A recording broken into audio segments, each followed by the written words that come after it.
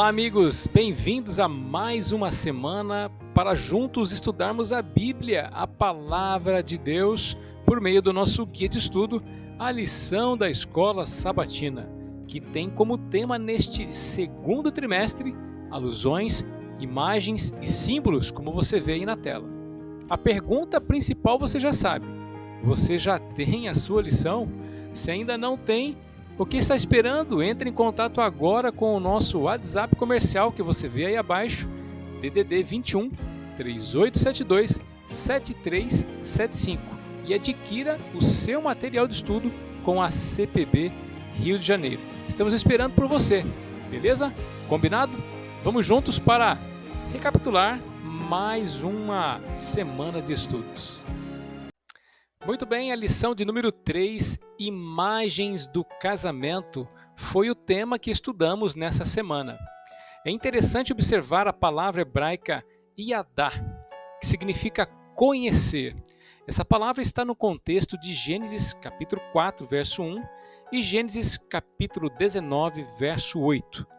Talvez na versão Almeida, Revista e Atualizada, esta palavra pode ser encontrada como coabitar, ou seja, é uma forma de expressar a união matrimonial entre duas pessoas, um homem e uma mulher.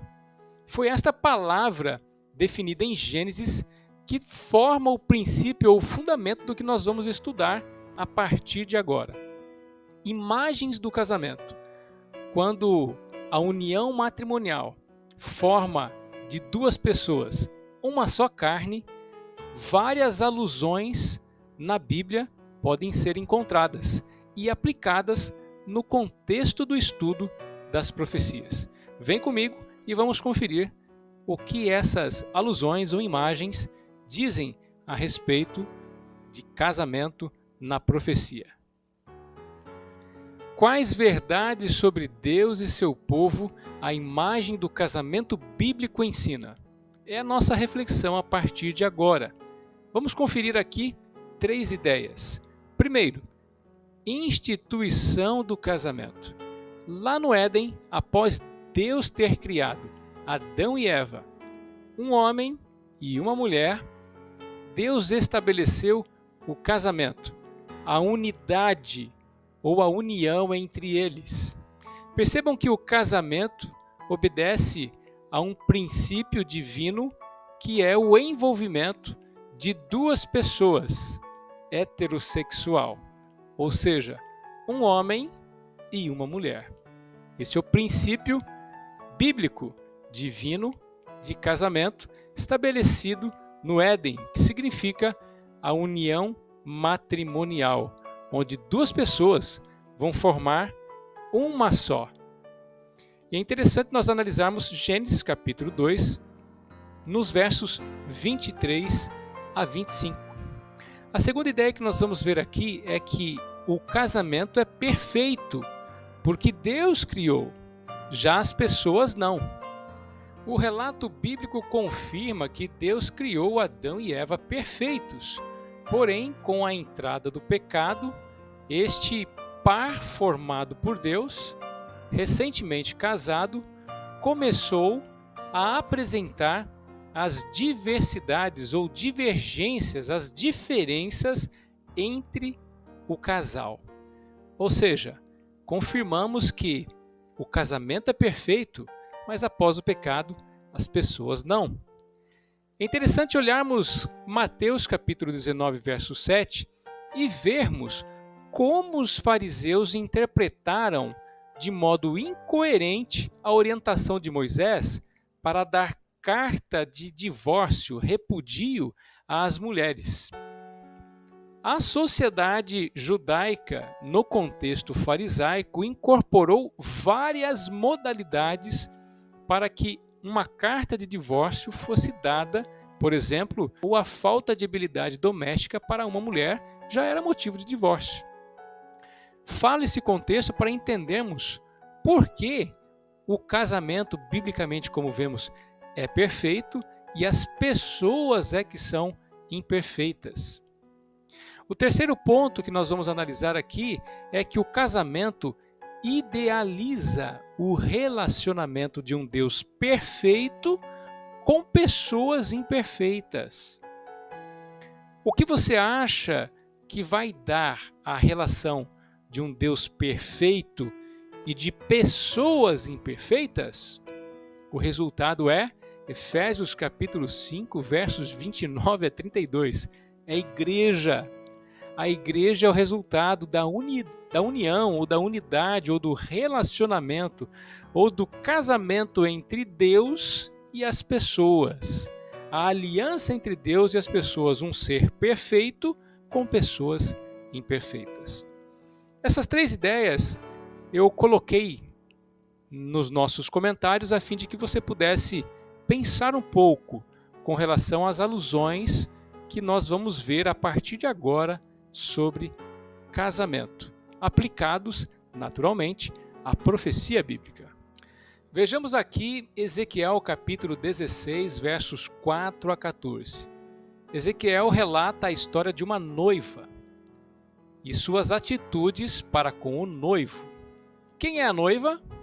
Naturalmente, a noiva é Israel, o povo de Deus.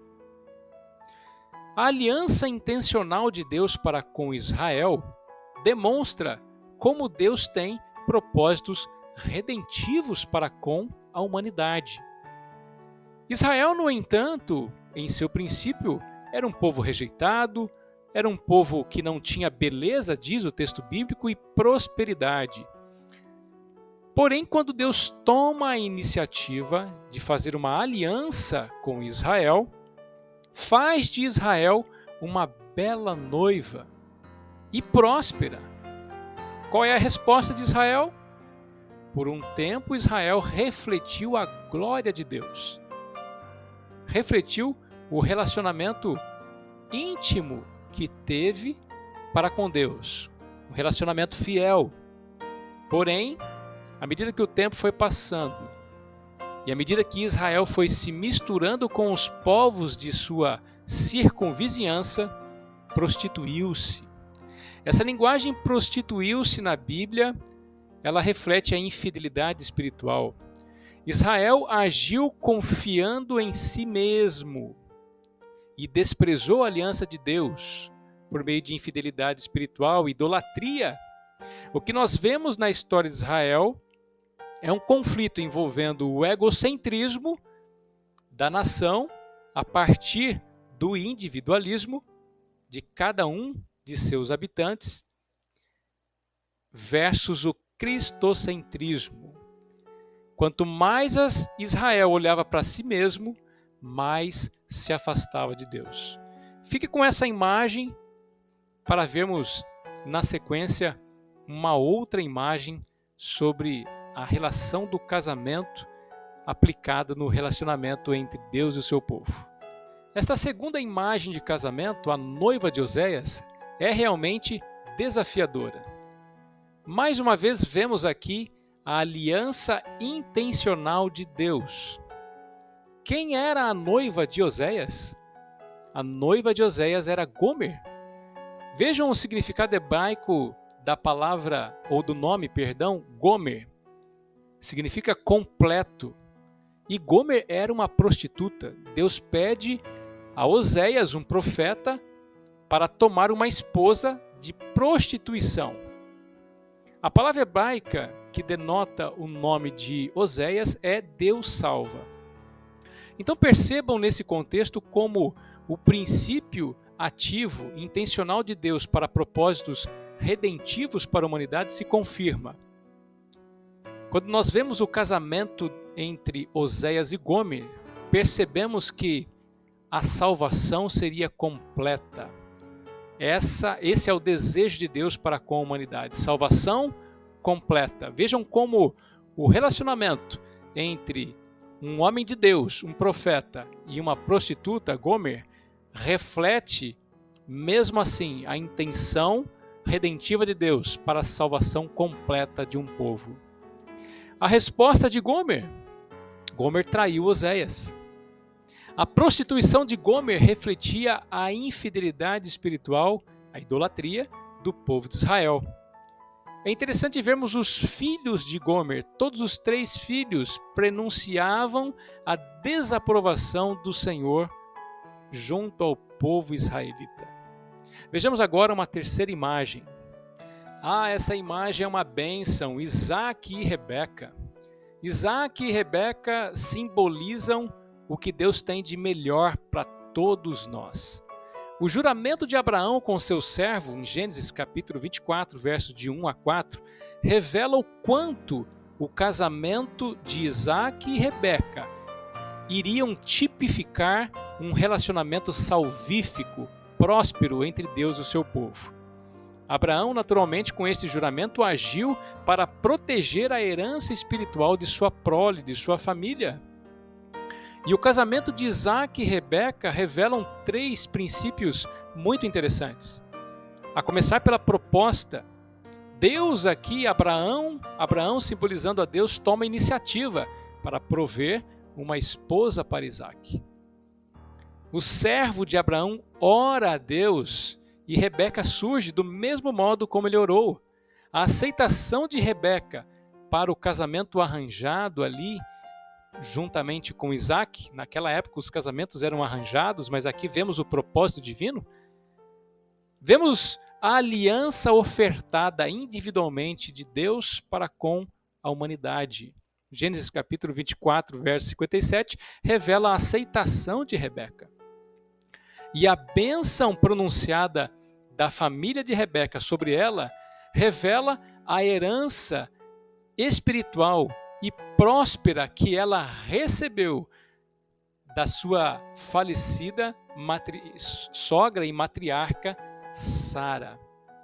Não só a prosperidade e bênção, como também as responsabilidades da matriarca falecida Sara. Aqui nós vemos uma ilustração perfeita do que Deus quer ter conosco.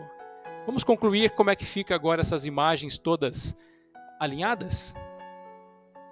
O que essas imagens sobre casamento e as intenções de Deus nos revelam?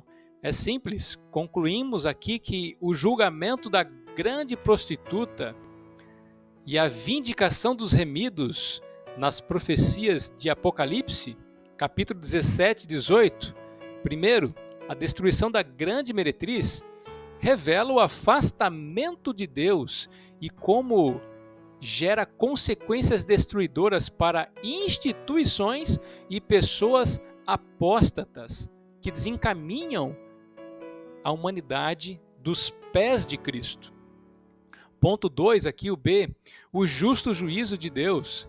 A ação de Deus se revela verdadeira e justa e vindica o sangue dos perseguidos e martirizados, dos santos perseguidos e martirizados pela abominável meretriz que desencaminha da fé verdadeira à humanidade. E por fim, o casamento no Apocalipse. O casamento no Apocalipse, ele revela o esplendor do que Deus tem para a humanidade, para o seu povo. Apocalipse 19, versos 6 e 7 e Apocalipse 21, verso 1 e 4, vemos ali o cordeiro e a esposa, as bodas que são o casamento, a ceia, que revelam o estabelecimento da nova vida, da nova terra e dos remidos por toda a eternidade. E nós sabemos que estes eventos serão estabelecidos a partir do principal evento da Bíblia, que é a volta de Jesus. Confie nele, em Cristo Jesus, aguarde a sua vinda com fé e esperança e com perseverança, porque logo estaremos juntos, ceando com o Cordeiro, o nosso Cristo, o nosso Deus. Deus abençoe a todos e até a próxima semana.